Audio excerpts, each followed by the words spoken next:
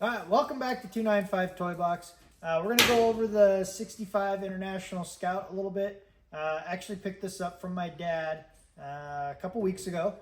He'd had it for about 8 to 10 years. We bought it from an older gentleman who used it primarily as a hunting rig over in central and eastern Oregon. It is titled as a 1965 Scout 80. You can tell with the windshield wipers high side on the windshield. It still has the folding windshield, so it is a Scout 80 model. Does have the original 152, so that's the International 4-cylinder that they have.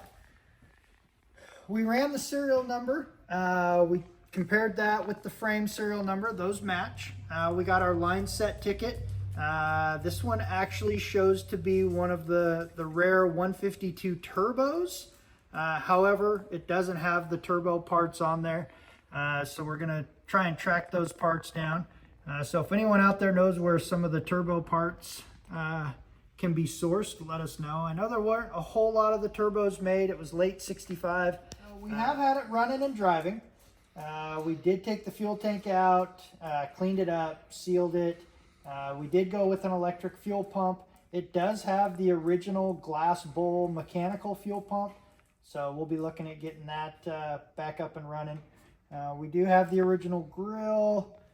We've got several different radiators for it. I know the turbo had a little bigger radiator, so we'll have to start searching some numbers and make sure we get the right radiator on there. The plan was to lift it, have some fun with it being a dolled up Champagne Edition turbo. We've kind of shifted gears and thinking more about doing a restoration. So we'll be reaching out to a bunch of the Scout parts folks and see if we can get all the parts. But inside, we can see some of the items. Again, probably not factory, but it did have the door panels. Believe it or not, it's got both driver and passenger sun visors. It did have a headliner, so it definitely had some of the dolled up items.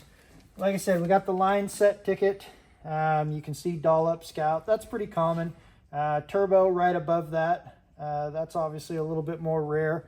And then we have the 152T turbo with the turbo part number designator.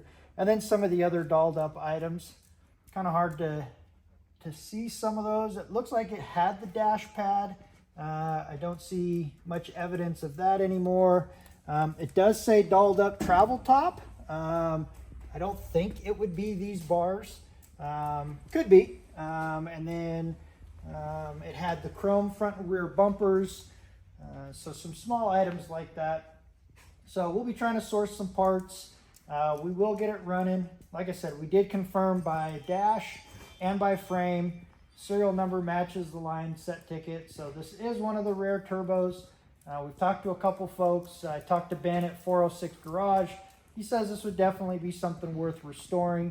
So I think that's what we're going to be heading to.